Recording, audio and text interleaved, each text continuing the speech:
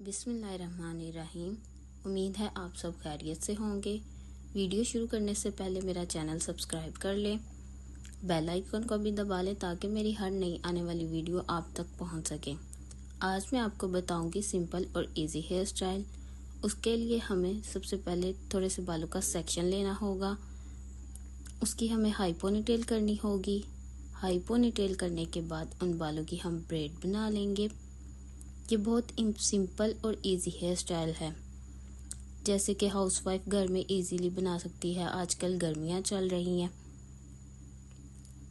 College girls के लिए भी बहुत इजी और क्विकली बनने वाला हेयर स्टाइल है। जैसे सुबह उठते ही टाइम नहीं मिलता तो 1 मिनट में बनने वाला हेयर स्टाइल है। ब्रेड बनाने के बाद जो बाल नीचे बच जाते हैं उनकी हम लूज पोनी कर लेंगे।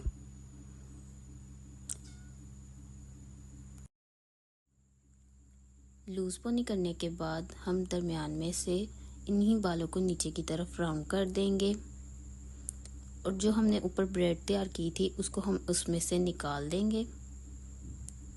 इसके बाद हम रबर बैंड के ऊपर एक अच्छी सी क्लिप अटैच कर देंगे और जल्दी से जल्दी मेरा चैनल सब्सक्राइब कर लें और मेरी वीडियो को दूसरों के साथ भी शेयर कीजिएगा।